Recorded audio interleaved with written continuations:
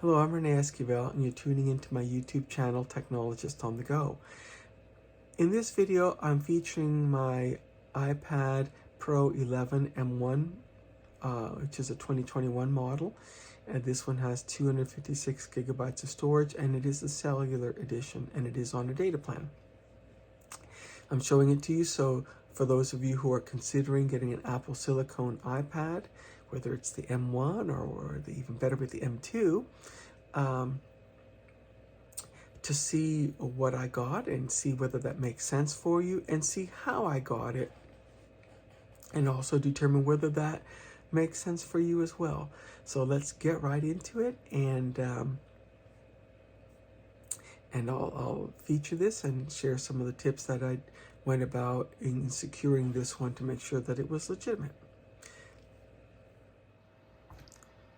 Well, this is the iPad Pro. It's the 2021 model, Apple silicone. The glare, well, that's in part due to a tempered glass protective screen that also offers privacy, at least from the left and right sides. It does have this, what's called a buddy case on it that protects it from falls. It doesn't protect this edge, but that's simply because when used in conjunction with the Apple Magic Keyboard 2, it wouldn't allow the case to close. It also has, I've added a tempered glass camera protector on the lens. What I like about the buddy case also is that it gives a superior protection for the Apple Pencil to keep it from falling or potentially being lost. I never was quite comfortable with just sticking it on the side bezel, and it's a good magnetic grip, but it still would come off, and that has really not happened with this buddy case on. And that case does have the contact so that it is fully compatible with the Apple Magic Keyboard 2. The combination is what's essential for me because I do a lot of typing, and so this allows me to do the typing, and it also has the trackpad, and that lets me move around the mouse cursor and control a lot of the operations, same as I would with my MacBook Pro or my Mac Mini, which has the Apple Magic Trackpad, and I do really appreciate using Stage Manager, which is supported on these more recent iPads.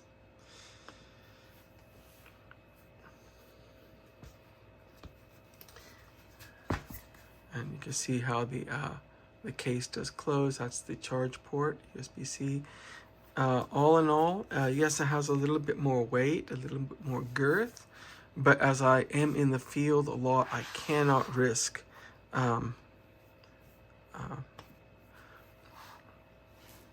any falls. And oftentimes I do have to remove the iPad and hand it to a customer so they can sign a work order. And so that was my concern, that I might hand it to a manager or assistant manager at a location and they'll drop it.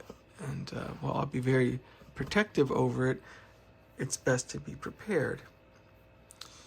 And all this, the iPad itself, and this is the cellular model with 256 gigabytes of storage. So it is has the one level upgrade on the storage. It is a cellular model, and I believe I was able to purchase this at $700, which is an excellent price for the iPad. with the cellular capability, that adds an awful lot of price to it. And then of course then the extras add more on it too, but it's all about productivity. It's all about staying competitive in my line of work. And also it's a form of advertisement. My beloved wife sometimes disagrees with that, but it is a form of advertisement, and it says that I'm a person who's doing well enough in this profession as an independent IT field engineer that I can invest in my in technology and stay current. If you, my line of work, you know, the kind of computer you pull out, a tablet or iPad that you might have, or a smart camera, if it's old, if it's it makes a statement about you that you're a budget technician. Well, I'm not a budget technician. I'm a top-notch troubleshooter, and I have the tools that reflect that. And so here it is. I have obtained most of my Apple products in the aftermarket on Facebook Marketplace or OfferUp, with the exception of my iPhones that I've owned that I just have a plan where I can upgrade. I've gotten all my other devices that way, and I've saved quite a bit doing that. As you saw in a previous video for my Mac Mini M1 with the 1 terabyte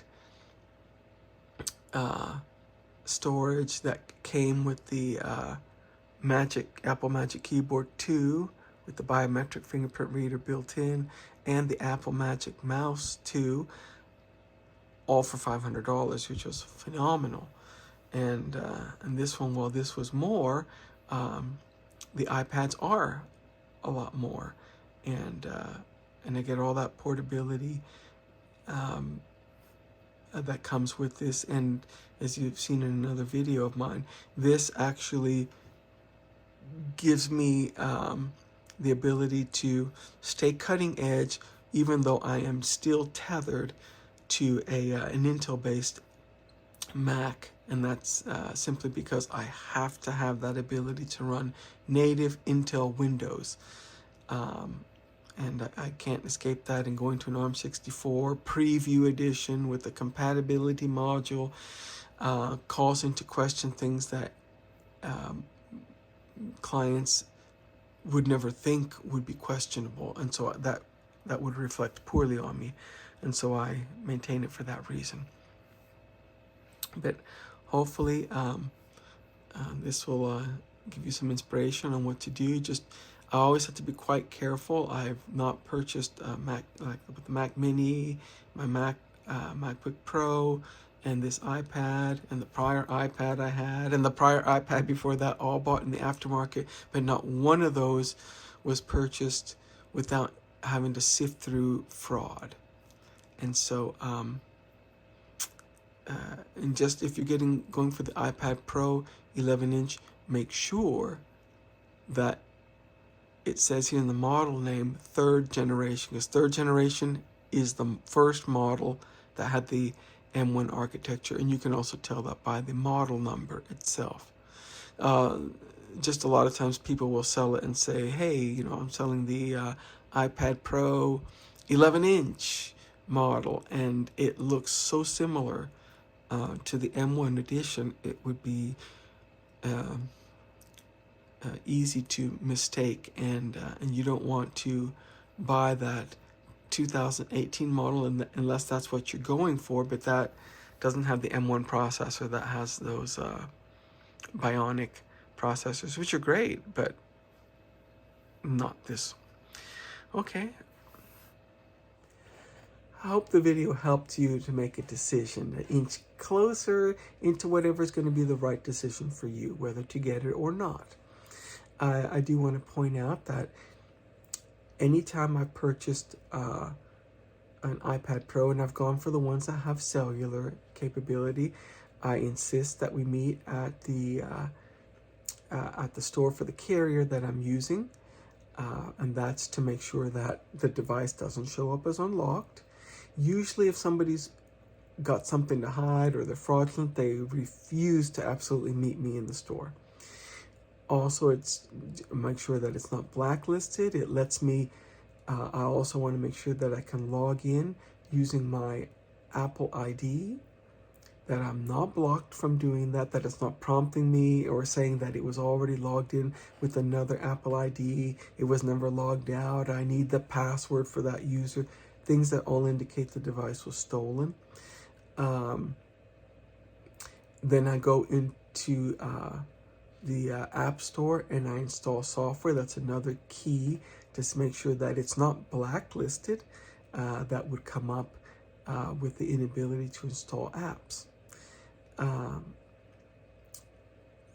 And generally, if the price is too good to be true, it's going to end up being a ripoff. And I never give out my phone number. I never give out my email. And I've had people do all kinds of things like saying, oh, you can trust me. Should I take this listing off now because you say you're going to buy it? Or look, I've had people do me wrong, so I need a security deposit. Oh yeah, I'll do this. You can send me the money now. Common sense will protect you largely. But I hope you do see value in this. Post any questions you have. I'll share what's been my experience, so that if you want to try to go this route, it's that you can do so in an educated manner and you're not taken advantage of, because unfortunately there are too many people like that nowadays. Okay, please like and subscribe, and I do always appreciate the support, and I will counter subscribe and watch content if you have your own YouTube channel. Until the next video,